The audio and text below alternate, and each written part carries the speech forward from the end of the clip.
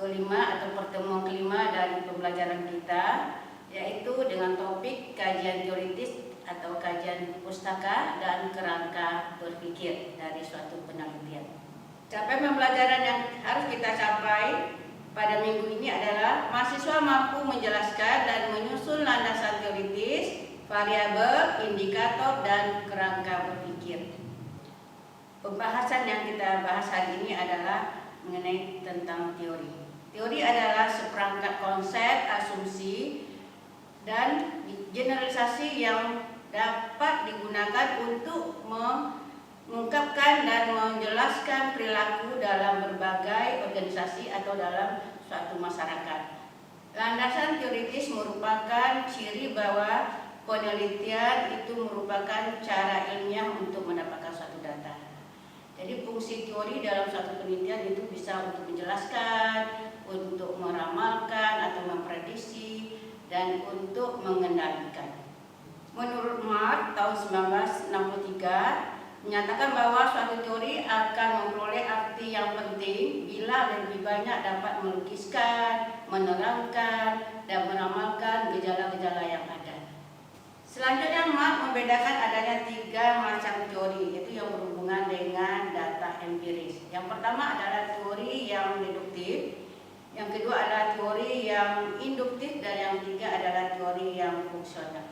Yang disebut dengan teori yang deduktif adalah memberikan keterangan yang dimulai dari suatu perkiraan atau pikiran spekulatif tertentu ke arah adanya akan data diterangkan. Yang kedua itu teori induktif, itu bagaimana cara menerangkan dari data ke arah teori. Yang ketiga itu teori yang fungsional.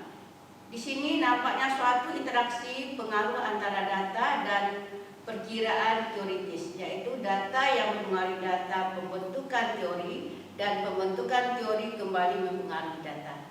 Itulah dari bentuk data yang disampaikan oleh Marx tadi. Ada yang disebut dengan teori yang deduktif, teori yang induktif, dan teori yang fungsional. Oke, kita lanjutkan selanjutnya, itu tentang kegunaan teori dalam suatu penelitian. Yang pertama, kegunaannya adalah teori membatasi ruang lingkup yang kita teliti. Jadi teori itu berdasarkan ruang lingkup sesuai dengan variabel yang kita teliti. Yang kedua, teori menyarankan pendekatan penelitian apa yang paling cocok digunakan untuk mendapatkan makna yang paling besar. Jadi di sini teori berhubungan dengan pendekatannya, apakah nanti pendekatannya kuantitatif atau pendekatannya kualitatif. Kegunaan ketiga adalah teori menyarankan bagaimana mengklasifikasikan data sehingga mempunyai makna yang tinggi. Yang keempat, teori dapat memandu merangkum data dari objek yang diteliti. Sedangkan kegunaan yang kelima dari teori adalah teori dapat digunakan untuk memprediksi data yang akan didapatkan. Semua penelitian bersifat ilmiah. Oleh karena itu, semua penelitian harus berbekal teori. Jadi teori ini penting di dalam suatu penelitian. Dalam penelitian kuantitatif, teori harus jelas karena teori di sini akan berfungsi untuk memperjelas masalah yang akan diteliti sebagai dasar merumuskan hipotesis dan sebagai referensi dalam menyusun instrumen penelitian. Jadi teori untuk penelitian kuantitatif ini harus jelas. Jadi kalau belum jelas teorinya, Anda tidak bisa melanjutkan penelitian. Untuk penelitian kualitatif, tidak sejelas teori yang kita uraikan di dalam penelitian kuantitatif. Teori untuk penelitian kualitatif itu sebagai dasar Anda untuk masuk ke ranah penelitian. Langkah-langkah untuk dapat melakukan pendeskripsian teori di dalam satu penelitian itu, yang pertama, tetapkan nama variabel yang diteliti dan jumlah variabel yang diteliti. Jadi variabel itu sangat berguna di dalam kita menjelaskan teori. Jadi variabelnya harus jelas. Kalau belum jelas variabelnya, belum bisa kita jelaskan teorinya. Untuk menentukan kelompok teori, apa yang perlu dikemukakan dalam menyusun kerangka berpikir untuk pengajuan hipotesis. Jadi teori itu juga berguna untuk pengajuan kerangka berpikir dan pengajuan hipotesis. Langkah kedua yang harus kita jalankan setelah kita mendapatkan variabelnya, yaitu mencari teori-teori yang berhubungan dengan variabel yang terkait. Jadi di mana Anda harus dapatkan teori itu? Bisa Anda dapatkan di buku, di jurnal, hasil penelitian, bisa hasil penelitian pada tesis atau disertasi atau skripsi mahasiswa. Hasil penelitian dapat Anda baca pada laporan penelitian yang ada di perpustakaan, dan juga itu hasil dari disertasi, hasil penelitian S3 yang Anda dapatkan pada laporannya, dan juga kalau Anda mau melihat jurnal bisa Anda dapatkan melewati internet atau Anda dapatkan juga di perpustakaan. Untuk referensi yang dari buku, Anda dapat lihat daftar isinya. Anda tidak perlu membaca seluruhnya, tapi kita mulai dari melihat daftar isi. Dan dipilih topik apa yang relevan dengan setiap variabel yang berkaitan dengan yang Anda teliti. Sedangkan untuk laporan penelitian, Anda bisa lihat judulnya, apa permasalahannya, dan apa teori yang digunakan di dalam laporan tersebut, di mana tempat penelitiannya, siapa sampelnya, dan teknik pengumpulan datanya bagaimana. Dan kita lihat juga kesimpulannya, serta saran-saran yang diberikan di dalam laporan tersebut. Kemudian baca seluruh isi topik buku yang sesuai dengan variabel yang Anda teliti. Jadi tidak seluruh isi buku yang Anda baca, tapi sesuai dengan topik yang berkaitan dengan penelitian yang kita lakukan. Kemudian lakukan analisa, renungkan, dan buatlah rumusan dengan bahasa sendiri tentang isi setiap sumber data yang Anda baca. Kemudian dilanjutkan, cari definisi setiap variabel yang akan diteliti pada setiap sumber bacaan yang Anda dapatkan. Bandingkan antara satu sumber dengan sumber yang lainnya dan pilih definisi yang sesuai dengan penelitian yang akan Anda lakukan. Selanjutnya, deskripsikan teori yang telah Anda baca dari beberapa sumber ke dalam bentuk tulisan dengan bahasa Anda sendiri. Jadi Anda tidak boleh membuat seperti apa yang ada dalam buku atau dalam sumber yang Anda baca. Kalau seperti itu nanti Anda dinyatakan plagiat. Jadi buatlah deskripsi sesuai dengan Anda sendiri, sesuai dengan penelitian Anda, dengan bahasa yang bagus, sesuai dengan yang Anda teliti. Sumber-sumber bacaan yang dikutip atau yang digunakan sebagai landasan untuk mendeskripsikan teori harus dicantumkan. Jadi kalau Anda mengambil suatu pendapat dari para ahli, itu harus dituliskan. Jadi jangan Anda anggap itu adalah punya Anda. Jadi untuk menghargai dari pendapat yang Anda kutip. Langkah-langkah tinjau pustaka untuk penelitian kuantitatif. Yang pertama, peneliti menguji atau memverifikasi teori. Kemudian peneliti menguji hipotesis atau merumuskan masalah dari teori tersebut. Selanjutnya, peneliti mengukur atau mengobservasi variabel-variabel dengan bantuan instrumen untuk memperoleh nilai-nilai atau skor-skor untuk variabel tersebut. Oke, kita lanjutkan dengan materi tentang variabel penelitian. Apa itu variabel? Variabel adalah suatu yang berbeda dan bervariasi. Itu yang dinyatakan oleh Brown pada tahun 1987. Kemudian juga dinyatakan oleh Davis tahun 1998, variabel adalah segala sesuatu yang diteliti oleh seseorang peneliti. Sesuatu yang mungkin manusia, bisa benda, bisa sistem, dan lain sebagainya. Variabel merupakan suatu lambang atau atribut atau konstruk yang akan diteliti, mempunyai karakteristik yang dapat berubah-ubah dari waktu ke waktu pada orang atau pada benda, dari individu ke individu atau dari objek ke objek yang lainnya. Jadi dapat kita simpulkan variabel adalah suatu lambang atau atribut atau yang disebut dengan konstruk yang akan diteliti yang mempunyai karakteristik yang dapat berubah-ubah dari waktu ke waktu pada orang atau benda tertentu atau bervariasi dari individu ke individu atau dari objek ke objek lainnya. Kemudian macam-macam dari variabel. Jadi ada 3 macam secara garis besar variabel. Yang pertama adalah variabel bebas atau yang disebut dengan independent variable. Yang kedua adalah variabel terikat atau tergantung yang disebut dengan dependent variable. Sedangkan yang ketiga adalah variabel luar yang ikut mempengaruhi variabel yang ada terdiri dari intervening variable, extraneous variable, dan sebagainya. Yang pertama kita jelaskan tentang variabel bebas. Variabel bebas adalah variabel yang merupakan penyebab dari suatu kegiatan, variabel yang muncul lebih dahulu, dan juga variabel yang kita manipulasi. Variabel ini dilambangkan dengan huruf X. Variabel bebas ini juga terdiri dari 3 macam. Yang pertama adalah variabel bebas atribut. Apa yang disebut dengan variabel bebas atribut? Yaitu variabel bebas yang tidak bisa dimanipulasi. Contohnya apa? Jenis kelamin. Jadi variabel jenis kelamin itu tidak bisa kita manipulasi. Yang kedua itu variabel bebas yang dapat dimanipulasi tetapi tidak dimanipulasi dalam penelitian tertentu. Contohnya kurikulum. Jadi kurikulum tidak bisa kita manipulasi. Kalau kita mau manipulasi kurikulum berarti kita rubah dulu kurikulumnya.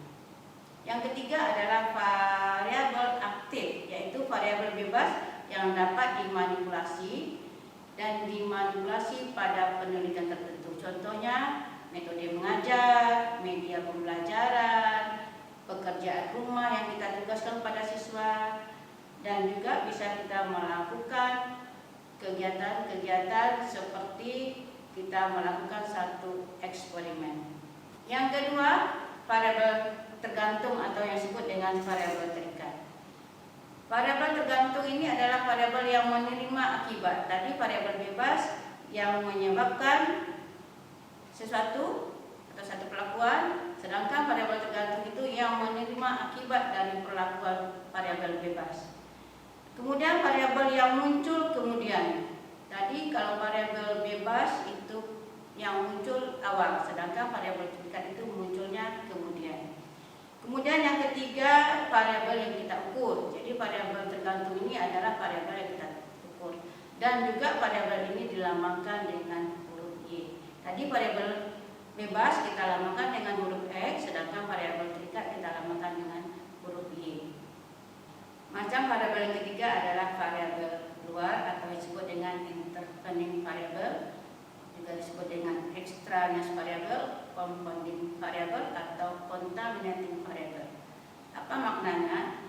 Variabel luar ini adalah variabel yang dapat atau turut mempengaruhi variabel tergantung selain dari variabel bebas yang kita teliti, tetapi variabel ini tidak kita teliti, tidak bisa dilihat, tidak bisa diukur, dan tidak bisa dimanipulasi. Jadi variabel luar ini ikut dia dalam penelitian, tapi tidak kita ikutkan, diteliti dan tidak kita ukur.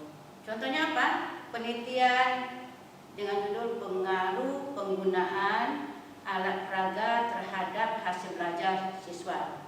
Tetapi tidak dapat alat peraga saja yang kita gunakan, tetapi juga faktor lain yang bisa kita lihat tapi tidak kita ukur, itu adalah suasana hati siswa. Jadi alat peraga yang kita gunakan kita ukur, sedangkan suasana hati tidak kita ukur. Itu adalah merupakan variabel dari intervening. Selain dari tadi ada variabel bebas, ada variabel terikat, dan variabel luar, juga ada namanya variabel moderator. Apa yang disebut dengan variabel moderator? Variabel moderator adalah variabel yang dipilih, yang dimanipulasi, dan yang diukur oleh si peneliti untuk membuktikan apakah variabel tersebut mempengaruhi hubungan antara variabel bebas dengan variabel tergantung. Jadi ada tadi variabel bebas dan ada variabel tergantung. Dan juga kita tambahkan dengan variabel moderator. Jadi dia ikut diteliti dalam satu penelitian. Variabel moderator adalah sejenis variabel bebas, merupakan